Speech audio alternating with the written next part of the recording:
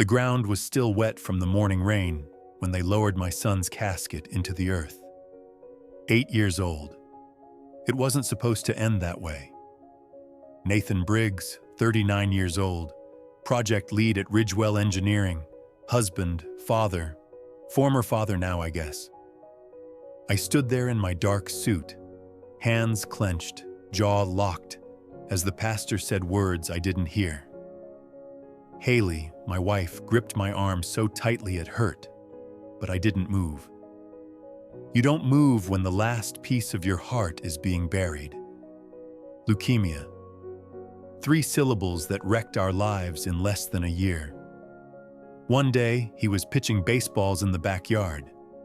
The next, he was hooked up to machines in a hospital bed. We fought. God knows we fought. Chemo, radiation, clinical trials, prayers whispered in sterile corridors, promises made to ceilings that never answered back. In the end, it wasn't enough. I watched until the last clump of dirt hit the casket lid, even after most of the mourners drifted away. Friends, neighbors, co-workers from Ridgewell who showed up because they had to, not because they understood what it meant to lose a child. Haley wanted to stay at the cemetery longer, but I steered her back to the car. There's a certain cruelty to how life keeps ticking even when yours feels frozen. There were bills to pay, mortgages to cover. Even grief has a deadline. 2 days. That's all I gave myself before I put on my work badge and prepared to walk back into Ridgewell Engineering like nothing had happened. I told myself I could do it. I told myself I had to. Because sitting in that house, surrounded by toys he'd never touch again, and a bedroom that still smelled like him, wasn't survivable. I needed distraction. I needed routine.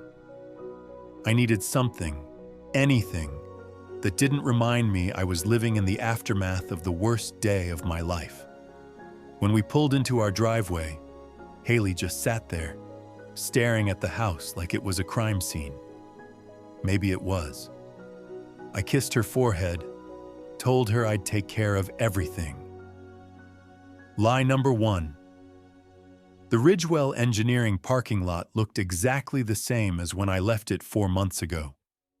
Gray asphalt, blue lines, cigarette butts smashed near the entrance. I sat in my truck for a full 5 minutes before getting out, staring at the building like it might swallow me whole. Briefcase in one hand, badge clipped to my belt. I walked in through the double-glass doors. Nobody noticed. The reception desk was manned by a kid I didn't recognize. New hire, probably. He didn't look up. The elevator ride to the 3rd floor felt endless. Same buzzing lights, same corporate art on the walls pretending to mean something. When the doors opened, a few heads turned, then quickly turned back. Emails had gone out. They knew where I'd been, what had happened, but nobody said a word. I walked to my cubicle. Everything was exactly where I'd left it. Family photo face down. Stress ball cracked down the middle. Engineering schematics pinned to the board, yellowing at the edges. Someone had cleaned, though. My coffee mug was missing. Small thing, didn't matter. Shouldn't have mattered. Still did. Alan Price, my boss, spotted me from his office. His eyes flicked over me like I was a checklist item. No smile, no nod of sympathy, just a curt jerk of the chin, a signal. You're here. Let's move on. I nodded once, walked past him like a ghost. My body went through the motions. Check emails, respond to team updates, pretend to care about project deadlines. My mind stayed frozen back at the cemetery, watching dirt fall in slow motion. At lunch, I sat in the break room alone. Nobody joined me. Conversations around me grew quieter whenever I walked past. I wasn't Nathan anymore. I was the guy who buried his kid. Alan sent a terse email at 2:15 p.m. Performance review, my office, tomorrow morning. I stared at the screen for a long time. Performance review. 2 days after the funeral. I closed the email, shut down my computer, packed up, drove home. The whole way back, the radio stayed silent. There are certain silences that sound louder than anything else. I was about to find out that Ridgewell Engineering and Alan Price hadn't finished with me yet. Not even close. Alan's assistant, some temp I didn't know, came to my cubicle right after 9 a.m. Mr. Price would like to see you in conference room B. Her voice was clipped, rehearsed. She wouldn't meet my eyes. I closed the project files I hadn't touched anyway and stood, walked the hallway like a man heading for execution. Conference room B was the small one, the one they used when they didn't want other people overhearing. Inside, Alan sat at the head of the table, tapping a pen against a thin folder.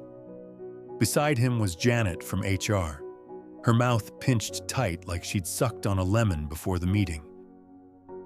"Nathan," Alan said without standing, "thanks for coming." I nodded once, sat down without being asked. Alan opened the folder like it weighed nothing. "We've been reviewing department efficiency in light of the company's strategic realignment." The words sounded memorized, like he'd practiced them in front of a mirror. "We regret to inform you that your position has been eliminated effective immediately. No emotion, no acknowledgement, not even a manufactured sorry for your loss." Janet slid a stack of papers toward me across the table. Termination agreement, health benefits expiration, some generic apology letter full of legally safe language. No severance, no offer of reassignment. Just a corporate bullet to the head. I didn't move, didn't react. Alan watched me carefully, like he expected me to blow up. He didn't understand who he was dealing with. "If you could clear out your workspace by end of day," Janet said softly, "we'll have someone escort you." Escort, like a criminal, like a threat. Alan leaned back in his chair. "We appreciate your contributions, Nathan. We wish you all the best in your future endeavors." I stared at him for a long time. The man who sent a one-line condolence email when my son died. The man who waited until my hands were still shaking from shoveling dirt onto my own child's grave to pull this move. I stood up, tucked the paperwork under my arm, nodded once. Not a word spoken. Not a scene made. Not yet. Packing your life into a cardboard box isn't supposed to feel familiar. But it did. I moved mechanically through my cubicle, slipping files into a box Ridgewell's logo printed on the side, a stapler, a framed photo of Haley and Ethan at the company picnic 3 years ago. One corner of the frame was cracked. I hadn't noticed before. When I pulled open the bottom drawer, I found it. A sketch Ethan had drawn the last time he visited me at work. Stick figures, me, him, and Haley, standing outside the building. He'd written "Daddy's work" in crooked letters across the top. I sat down hard in my chair, the box half-packed, the room spinning slightly. It was supposed to mean something. All those late nights, all those weekends spent meeting deadlines, chasing promotions, pretending this job mattered. I thought I was building a future for him. I thought I was being responsible. Instead, I was being erased with the same efficiency I once admired in Ridgewell's corporate training videos. Footsteps passed my cubicle. Nobody stopped. nobody said goodbye. I packed the sketch carefully between two file folders, shut the box, stood up. Janet from HR lingered by the elevator, arms crossed, pretending not to watch me. My escort. The walk out of the building was silent. No handshakes, no second glances. Just the click of my shoes against cheap tile and the hum of fluorescent lights overhead. At the front desk, I handed in my badge. The temp receptionist gave me a polite, empty smile. I gave her nothing in return. Outside, the sky was slate gray, the air damp, Seattle's idea of morning. I set the box on the passenger seat of my truck and sat behind the wheel for a long time, staring at the building, at the life I wasn't allowed to have anymore. Not because I failed, but because grief made me vulnerable, and vulnerability was a weakness Ridgewell didn't tolerate. They thought they'd buried me along with my son. They were wrong. I was halfway home when my phone buzzed. I ignored it at first, too numb to care. At the next red light, I glanced down. It was a message from Seth, one of the engineers I'd mentored when he was fresh out of college.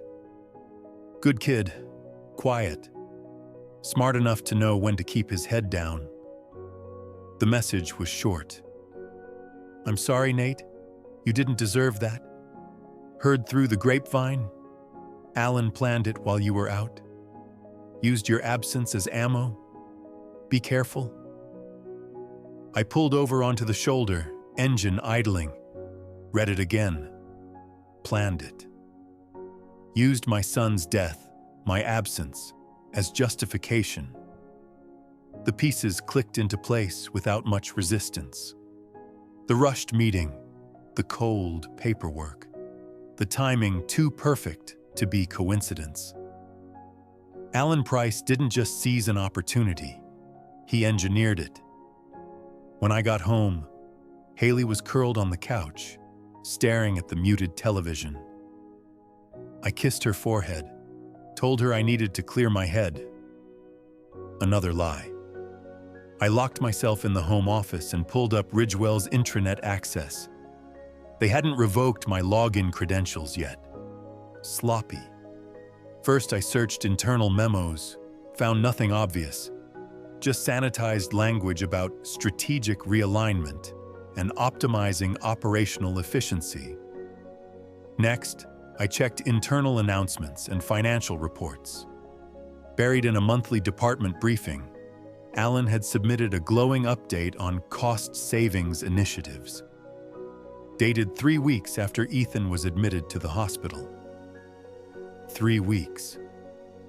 While I was sleeping on vinyl chairs beside my son's bed, Alan was plotting ways to erase me. Not because I was underperforming, not because the company was struggling, but because grief made me slow, made me vulnerable, made me expendable. I sat back in my chair, hands clenched tight in my lap. They thought I'd be too broken to notice, too broken to fight. They were wrong about that too. The next morning, after hours of staring at blank walls and half-formed plans, I drove back to Ridgewell. Not to plead, not to confront, to clean out the last of my things before they locked me out completely. Janet from HR barely looked up when I signed in. No escort this time. Guess they figured the threat level had passed. My old cubicle smelled faintly of stale coffee and carpet cleaner. I loaded the last few personal items into a second box. Books, a framed engineering certification, a few tools I'd bought with my own money because Ridgewell's budget never covered the good stuff. Then I noticed it. A thin folder wedged behind the filing cabinet, probably knocked loose during the packing rush. Inside were printouts of performance review drafts. Mine. Drafts not finalized. Different versions. Different dates. One caught my eye immediately. A review dated 2 months into Ethan's hospitalization. It rated me as underperforming due to frequent unplanned absences, decreased focus, and missed deadlines. Except none of that was true. Before I left, I'd completed every assigned project. I'd even worked remotely during hospital stays, logging hours Ridgewell's own system could verify. Someone had written a narrative that didn't exist, and that someone was Alan Price. The document metadata showed it clearly. Authored by a Price. Edited by J. Harmon, HR, 2 weeks before my official performance review. Edited, polished, positioned. They hadn't fired me because I failed. They built a case to make it look like I failed. I slid the documents into my box without hesitation. Security footage showed I didn't steal anything. These were mine. As I walked out of Ridgewell one last time, carrying my battered box, I didn't feel grief anymore. I didn't feel fear. What I felt was colder, sharper, more precise. Grief had made me vulnerable. Now it was going to make me dangerous. I spent the next 2 days digging. Haley thought I was sleeping off the grief. She didn't know I was awake at 3 a.m., poring through LinkedIn profiles, archived employee newsletters, and anything else Ridgewell hadn't scrubbed. Patterns emerged. First was Tessa Nguyen, project coordinator, laid off 2 weeks after returning from bereavement leave when her mother died. Then Carlos Medina, systems analyst, let go after missing 3 months for his wife's cancer treatments. Then Paula Drexler, senior architect, fired 6 weeks after coming back from a complicated pregnancy. Different reasons given each time: department restructuring, budget cuts, role redundancy. All clean on the surface, all after life-altering personal crises. One common denominator tied it together: Alan Price. Each time, Alan had regrettably recommended terminations to HR, citing long-term viability concerns or impact on operational continuity. Words that sounded like corporate wisdom but smelled like rot. A few old press releases, buried deep in Ridgewell's website, praised Alan for his streamlining initiatives and improvements in organizational agility. Streamlining, agility. Nice words for cutting people open while they were still bleeding. It wasn't just about saving money. It was about removing anyone Alan saw as weak. Anyone whose humanity threatened his metrics. I closed the laptop at sunrise, my hands steady for the first time in weeks. This wasn't personal anymore. Not just about me. Alan Price wasn't a bad boss. He was a pattern. He was a system, and systems could be dismantled. Fake performance reviews, falsified HR memos, a documented timeline of suspicious terminations. Enough to bury Alan in court. Or so I thought. I booked a meeting with a labor attorney downtown, Mr. Langston, white hair, steady voice, veteran of hundreds of corporate wars. He read everything in silence, flipping pages slowly. When he finished, he leaned back. "You have a case," he said. "A strong one." Relief flared for a second. Then he kept talking. "But Ridgewell's HR is compromised. You'll be fighting a battle inside a fortress Alan built himself. They'll close ranks. They'll drag this out for years. Countersue if they have to. Smear you." He tapped the stack of papers. Truth isn't enough when the enemy controls the microphone. I sat there, weighing it. Take them to court. Spend years fighting, bleeding money, and maybe win a settlement after my name was dragged through the mud. Or find another way. A quieter way. I didn't need a courtroom. I didn't need a stage. I needed leverage, real leverage. The kind of truth they couldn't bury under paperwork or legal threats. I stood up, shook Mr. Langston's hand, and thanked him. As I walked out into the gray Seattle rain, I felt lighter. No rage, no grief, no fear. Alan Price wanted a clean kill. He wasn't going to get it. He was going to bleed out, slowly, silently, one truth at a time. I stopped thinking of it as revenge. It was just a mission now. The first thing I needed was ammunition. I used what access I had left before Ridgewell's IT department got around to revoking my credentials. Downloaded every email thread I could find involving Alan Price.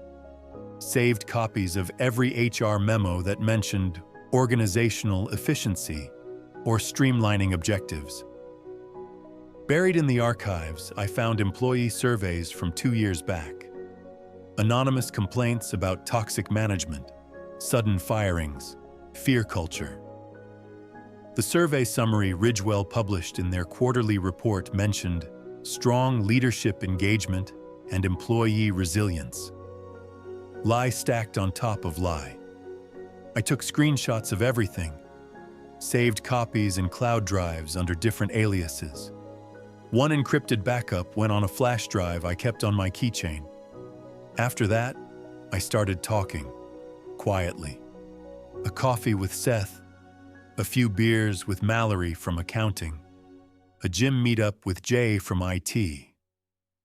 Each time I asked careful questions, listened more than I talked, collected stories that all fit the same pattern. Medical leave, position eliminated, family emergency, restructuring immediately after. Mental health leave, performance issues cited. Alan's fingerprints were on every termination. It wasn't random. It wasn't mismanagement. It was calculated. The harder part was keeping quiet about it to Haley. Every time she asked how I was doing, I smiled, said I was getting by. Lie number 3. At night, I sat in the garage with the heater running, reviewing files until my eyes burned, building a case one careful brick at a time. I wasn't just going to survive this. I was going to make sure Alan Price never got the chance to do it again. The message came out of nowhere, an email from an address I didn't recognize. Subject line, "We need to talk. Eric G. Eric Graham." It took a second to place the name. 3 years ago, Eric had been a senior HR specialist at Ridgewell. Popular, efficient, and fired under confidential circumstances right after his wife's car accident left her paralyzed. The official story was policy violations. Nobody ever got the details. I opened the email. I heard what happened. "Meet me at Dorsey's Diner, noon, tomorrow." I didn't hesitate. The next day, I found him already sitting in the corner booth. He looked older, thinner, hair graying at the temples. "You're the first person from Ridgewell I've talked to in a year," he said after we ordered coffee. "Didn't think you'd want to see me," I said quietly. He shrugged. "I don't care about the company anymore. I care about people who got steamrolled." Eric slid a manila envelope across the table. Inside, internal audits. Memos from Alan to HR. Bonus structures tied directly to cost-saving terminations. Alan had been rewarded, financially rewarded, for firing employees after major life events. Each successful reduction was worth an extra $5,000 to $10,000 bonus at year-end. Blood money. "Why now?" I asked. Eric stirred his coffee slowly. "I stayed quiet too long. Paid for it. Thought maybe it's time somebody didn't. He hesitated, then added, "Be careful. Alan knows how to cover tracks. He's done it before." I nodded once. I understood. This wasn't going to be about noise, not about outrage. It was going to be about precision. One shot, one kill. Arrogance always leaves fingerprints. You just have to know where to look. It happened at a leadership conference in downtown Seattle. Ridgewell had sent a delegation to speak on resilient management strategies in volatile times. Alan Price, naturally, had a prime speaking slot. I wouldn't have even known if Seth hadn't texted me a link the next day. "You need to see this. Listen around minute 14. The video was hosted on a vendor's YouTube channel. Nothing polished. Just shaky footage from the back of a conference room. At first, it was the usual corporate nonsense. Slides about dynamic synergies and optimizing core competencies. Then Alan relaxed a little too much. The room laughed at one of his bad jokes.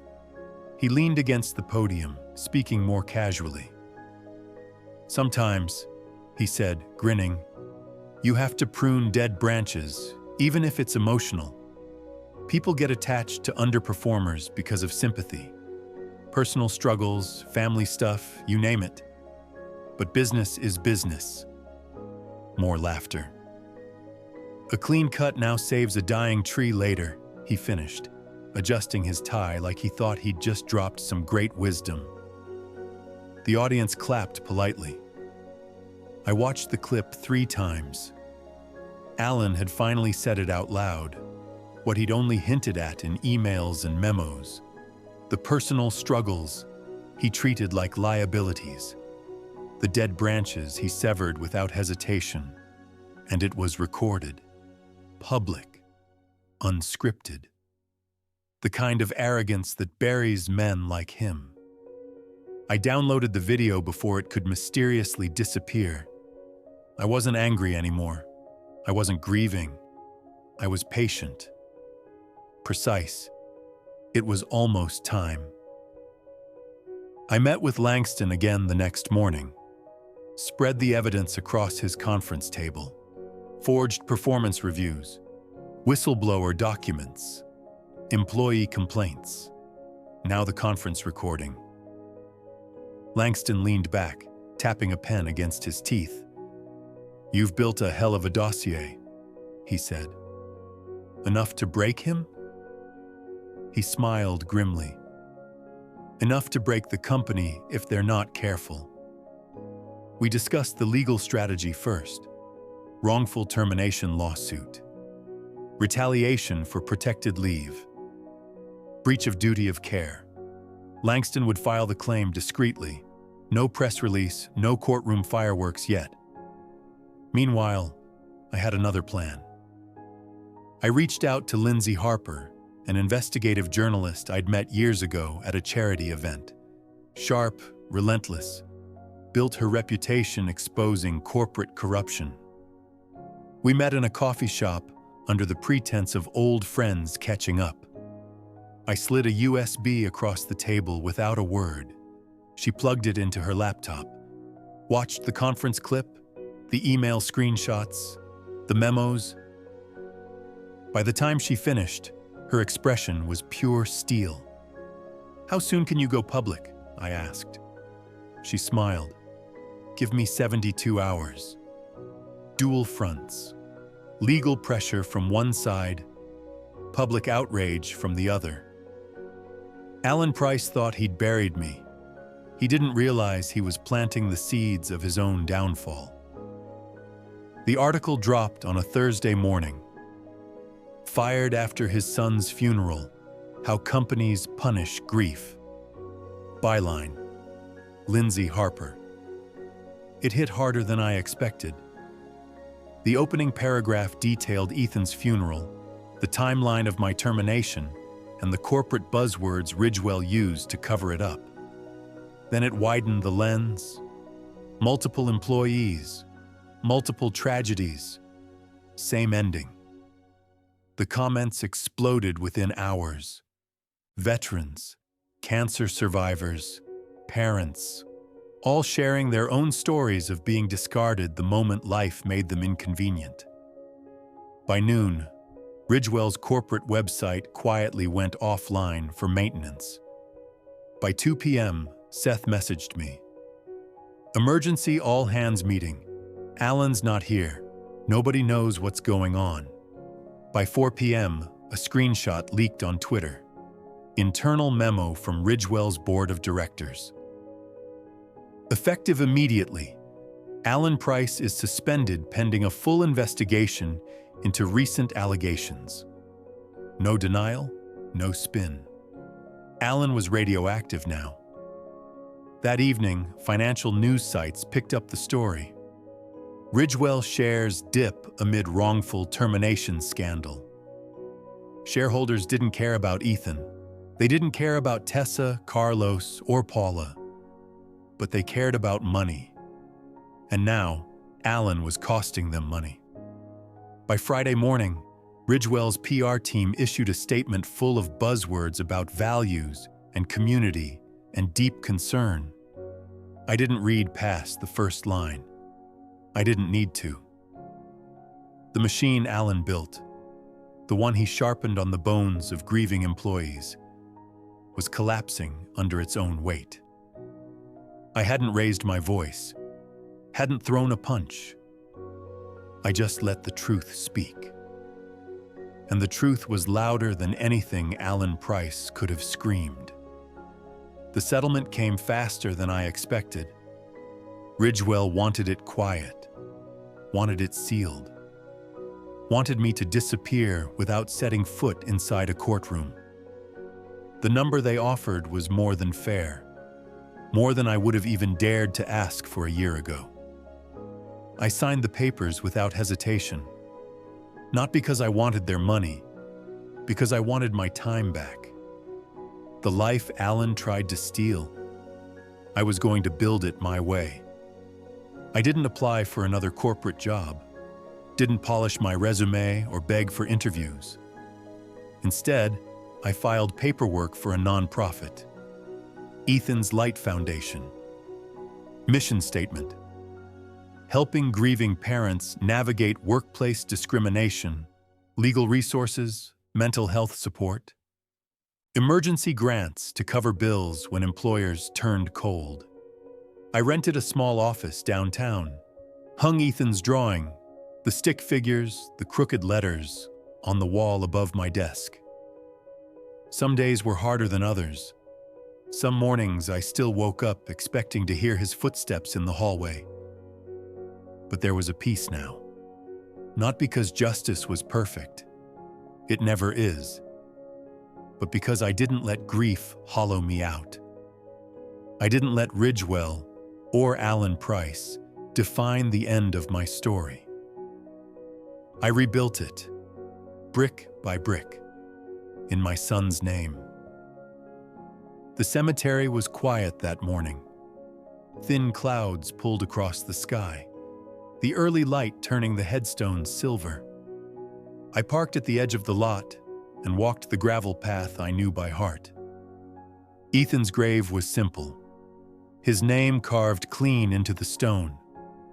No angels, no grand declarations, just the facts of his life and the love too big to fit in a sentence. I knelt beside the marker and brushed a few leaves away. "Hey, kiddo," I said, my voice steady. No dramatics, no tears, not today. I told him about the foundation, how we were helping other families now, families like ours, who thought grief was a private thing until the world turned it into a liability. I told him about the letters we got from people we never met, thanking him, thanking me. I told him I missed him, that some mornings I still reached for his hand without thinking, and then I told him the truth. "They tried to bury me alongside you," I said quietly. but they didn't know. You can't bury someone who's already learned to rise from the ground up. I stood there for a while longer, not talking, just breathing. When I finally turned back toward the car, I felt lighter. Not healed, scars don't vanish, but lighter. Life didn't end when I lost my son. It didn't end when Alan Price shoved me out of Ridgewell. It didn't end when grief hollowed me out and tried to leave me empty. It just changed shape. Later that afternoon, I was back in my office downtown, Ethan's Light Foundation. The walls smelled of fresh paint. Boxes of donated books lined the floor. The first official client was scheduled for Monday morning. I sat at my desk, Ethan's drawing framed above me, and started drafting the next set of outreach letters. Outside, the city moved on, fast and loud and messy. Inside, I moved slower, built something quieter, something real. Not a monument to loss, a promise to keep going. In the end, that was the only victory that ever mattered. Living forward, living well, living honest. In his name, in mine. This story was brutal, but this story on the right-hand side is even more insane.